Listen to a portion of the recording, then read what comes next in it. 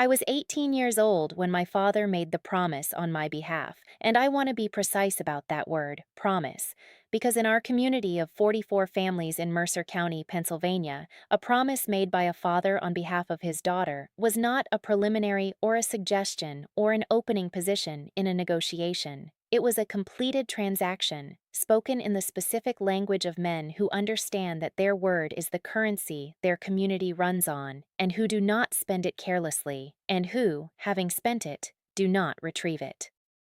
My father was not a careless man. He had spent his word deliberately, after what I later understood had been several months of quiet conversation with Bishop Daniel Byler and with the man himself, conducted in rooms and at times that did not include me, and had delivered the result to me on a Sunday evening in March in the particular tone of a man presenting a resolution rather than proposing one. He said, "Ezra Schrock has asked about you."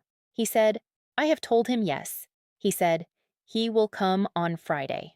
3 sentences. A life arranged in 3 sentences on a Sunday evening while the dishes from the afternoon meal were still drying on the rack and the light outside was doing the specific thing that March light does in Pennsylvania, pale and thin and not yet decided about spring. I said, "What is he like?" My father said, "He is a hard worker, he has land, he is serious about his faith." He said these things in the order he said them, which told me something about the order in which they mattered to the decision he had made. I said, "How old is he?" My father said, 37. I was 18 years old. I did the arithmetic that 18-year-olds do when presented with numbers that do not yet feel real and found that the arithmetic produced a result that my face apparently communicated before I had decided to communicate it, because my father said, "He is a settled man. Settled is what you need." I did not say what I was thinking, which was that settled and harsh were not the same word, and that I had heard Ezra Schrock described in the settlement's unofficial information network, which ran through the women and the young people and reached everyone eventually, with the first word rarely and the second word with a consistency that multiple independent sources producing the same description tends to confirm. My name is Abigail. I was born and raised in an old order Amish settlement in Mercer County, Pennsylvania, the youngest daughter of David and Lydia Zook, in a community where the authority of fathers in matters of their daughters' futures was exercised with the specific weight of generations of precedent behind it, where the idea that a daughter's assessment of her own situation carried equal standing to her father's assessment had not yet arrived and showed no signs of arriving. I am 23 years old now. I have been out of the community for 2 years, and I am telling this story because what happened between the Sunday of my father's announcement and the morning I walked away from Mercer County, Pennsylvania, contains a truth about friendship that I have spent 2 years trying to understand fully, about what it means to be known by someone in the specific conditions of a life that has arranged itself to prevent knowing, and about the cost of that knowing when the arrangement discovers it and responds. This is not a story about a friendship that was wrong. I want to establish that before anything else because the community that exposed it treated it as wrong, and the treatment was so thorough and so confident that there were months when I nearly accepted the treatment as accurate. I have spent 2 years returning to what I actually know about what happened and separating it from what I was told about what happened. And what I actually know is that a friendship between 2 people who needed to be known and found in each other, someone capable of the knowing, is not a wrong thing regardless of the walls it developed between, and that the walls say more about the walls than they say about the friendship. Before we go any further, if something in these words is sitting in a real place inside you, leave a comment below. Tell me where you are watching from, or tell me if you have ever had something true about you treated as something shameful by people who needed it to be shameful. I read every single comment, every single one. And if you want to hear more stories like this one, please hit that like button right now. It helps more people find this channel and it tells me you are ready for the truth. Now let me take you back to the beginning. Ezra Schrock came on Friday, as my father had said he would come, punctually, in the specific way of men who are never late because lateness implies a looseness about time that they do not permit themselves. He was tall with the kind of face that had been handsome once and had become, through the particular weather of 37 years lived in close relationship with hard work and harder opinions, something more angular than handsome, something that communicated capability and authority and the specific quality of someone who has decided how things are and finds the continued existence of other possibilities mildly irritating. He sat at our kitchen table and spoke primarily to my father, occasionally to me, with the particular quality of attention that someone gives a thing they have already decided to acquire and are now simply inspecting for obvious deficiencies. He asked me about my domestic skills. He asked me about my understanding of the Ordnung. He asked me about my willingness to take on the management of a household with two children from his previous marriage, children who were 11 and 13, and who had, I later learned, cycled through 3 different women in the settlement who had been proposed as potential stepmothers and had each declined after meeting Ezra Schrock in person. I answered his questions with the careful precision of a girl who has understood that what is being evaluated is her suitability for a role rather than her nature as a person, and who has decided that the most honest thing she can do in this situation is answer accurately without volunteering the information that accuracy about the role does not capture everything relevant. He left after 2 hours. My father said, "Well," my mother, who had been present but had contributed very little, which was itself a communication I was learning to read, waited until my father left the room and then said, "He is a serious man." I said, "I have heard he is a harsh man." She was quiet for a moment. Then she said, "Serious men can seem harsh before you know them." She said this with the specific quality of someone saying something they want to be true rather than something they have confirmed is true. I held the distinction. The friendship that the community eventually exposed had been developing for 4 months before Ezra Schrock sat at our kitchen table, and for the entirety of those 4 months, I had understood it in the way that honest things are sometimes understood by the people inside them, which is to say completely and without the language the community would have used for it, which would not have been the same as the language I would have used for it. Her name was Clara Mast.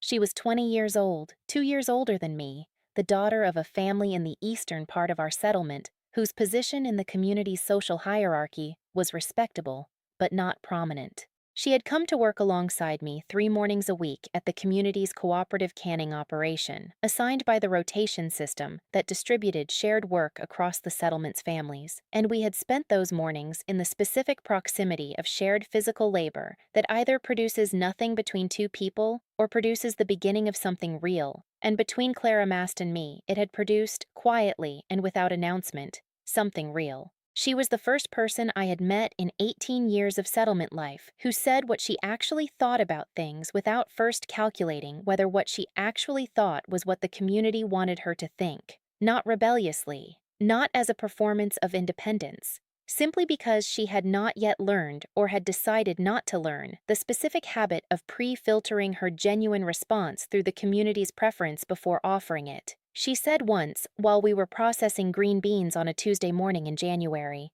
"Do you ever think that the songs we sing in church are beautiful, but that we have been singing them so long we have stopped hearing them?" I said, "Every Sunday." She said, "I thought so." She said, "You have a face that hears things." I said, "What does that look like?" She said, "Like you are always listening for something underneath what is being said." I said, "Is that a problem?" She said, "It is the opposite of a problem. It is just rare." Nobody had said anything like that to me before. I thought about it for a week and came back to the canning operation the following Tuesday with the specific warmth of someone returning to a place where something important happened and hoping it is still there. It was still there. It grew over 4 months with the particular quiet consistency of things that are genuine, through Tuesday and Thursday mornings of shared work and the brief margins of those mornings where the work paused and the conversation did not. We talked about what we believed and what we questioned and what we found beautiful about our community and what we found insufficient. We talked about our families and the specific complicated love of daughters for parents who love them and also limit them. We talked about the futures that had been arranged for us and what we felt about the arrangements, which was not nothing and was not simple and was not the uncomplicated acceptance that the community's official narrative about its young women suggested. I told her about Ezra Schrock after my father's announcement. I told her what I had heard about him and what I had observed at the kitchen table on Friday, and what I felt about the arithmetic of 37 and 18. She listened with the full quality of her attention, and then she said, "What do you want to do?" I said, "I don't know what I'm permitted to do." She said, "I know, but that isn't what I asked." It was the second time someone had corrected that particular substitution in my answer, and the second time I had not had a better response available. The exposure came in May, not through a dramatic discovery or a confrontation, but through the community's information network operating with its usual efficiency and with the specific additional energy that the network produces when the information concerns a woman who has been recently promised to a man of Ezra Schrock's standing. A woman from the settlement had noticed the particular quality of our conversation during a canning morning in April, had noticed something in it that she could not specify formally but that she had catalogued as significant, and had shared her notation with someone who had shared it with someone else until it reached, as things in our settlement eventually reached, the ears of people who had the authority and the inclination to respond. Bishop Daniel Byler called me to a conversation in May. A private conversation in the room off the main church space, where private conversations of consequence were conducted. He was not an unkind man.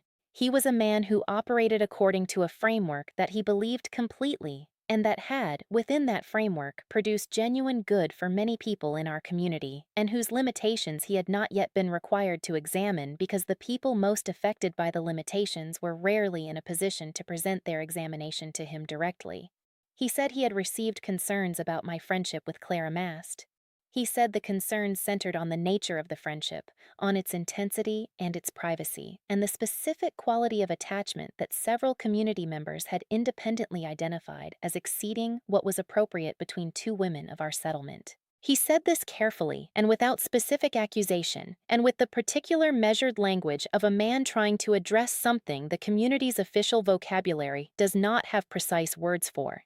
He said, "I am not condemning you, Abigail. I am asking you to examine this friendship honestly and to consider whether it is consistent with the life that God and this community are calling you toward." He said, "You are promised to Ezra Schrock. Your attention and your affections belong in that direction." I sat across from Bishop Byler and I thought about what he had said and what he had not said and the distance between the two, and I thought about Clara Mast on a Tuesday morning in January saying that I had a face that hears things, and I thought about what it had felt like to be described accurately by someone who had been paying the right kind of attention.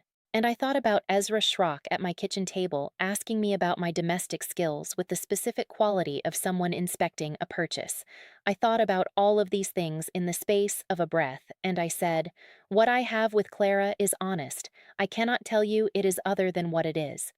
The bishop looked at me for a long moment. He said, "I am asking you to end it." He said, "For your own sake and for hers." Clara was called to a separate conversation.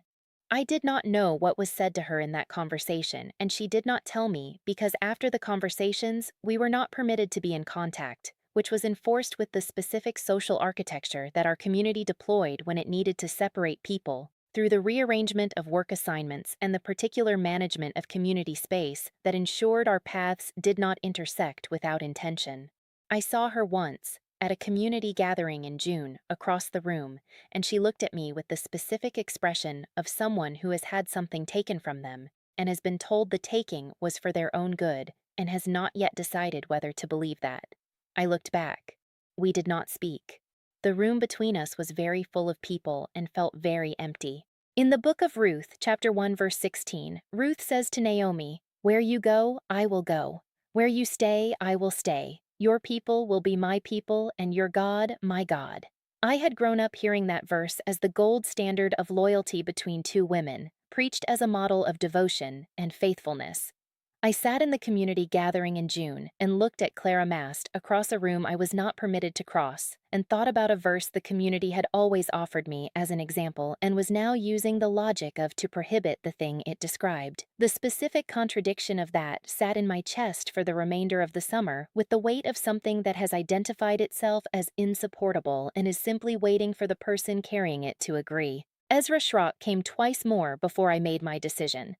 The second visit confirmed what the first had suggested, and the third visit confirmed what the second had. He was not a man who asked questions that required thought to answer. He was a man who told you what he had decided and waited for you to acknowledge the decision.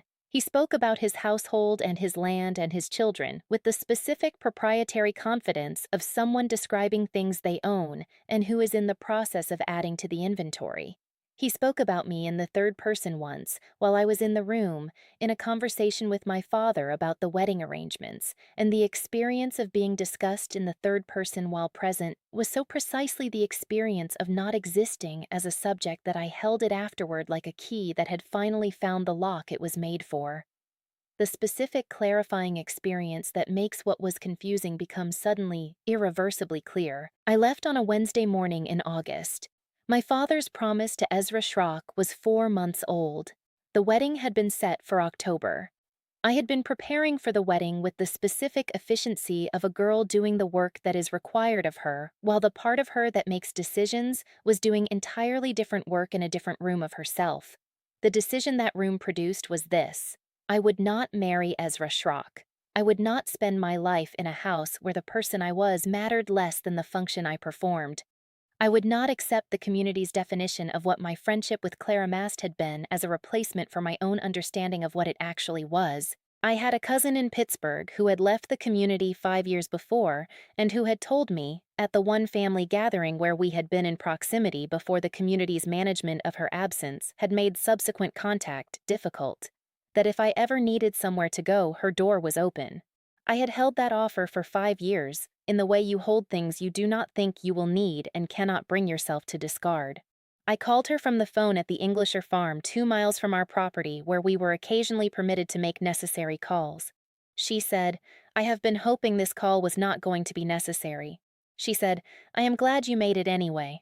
She said, come. My mother found me packing. She stood in the doorway of my room with her hands at her sides and her face doing something I did not have a name for, something that had grief and relief in it simultaneously, the specific expression of a woman who has been watching something develop and has not intervened and has now arrived at the moment that her not intervening was always moving toward. She said, where will you go? I told her. She said, is it safe? I said, yes. She said nothing else for a long moment. Then she walked to my closet and took out my warmest coat and folded it and placed it on top of the bag I was packing. She said, take this. The nights are cold in August. She left the room.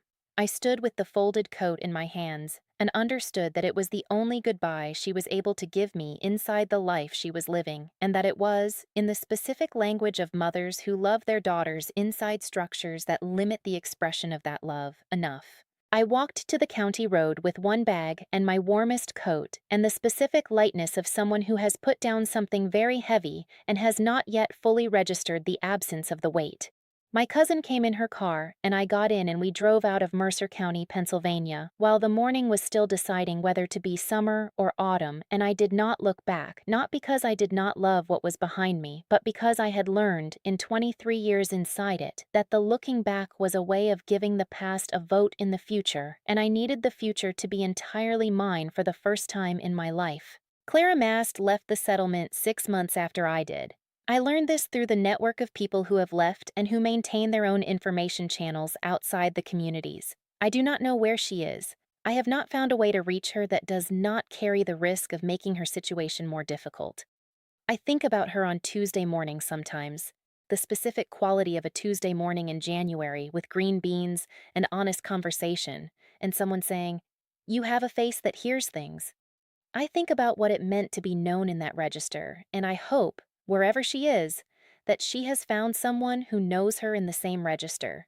Someone who offers their honest attention without the community's architecture making the offering dangerous. In the Gospel of John, chapter 15, verse 13, it is written, greater love has no one than this, that someone lay down his life for his friends.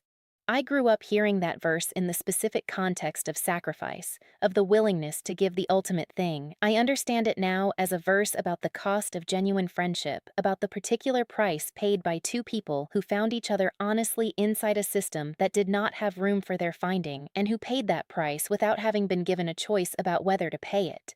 Clara Mast and I paid it. I am not certain either of us would say the cost was wrong. I am certain that the friendship was not.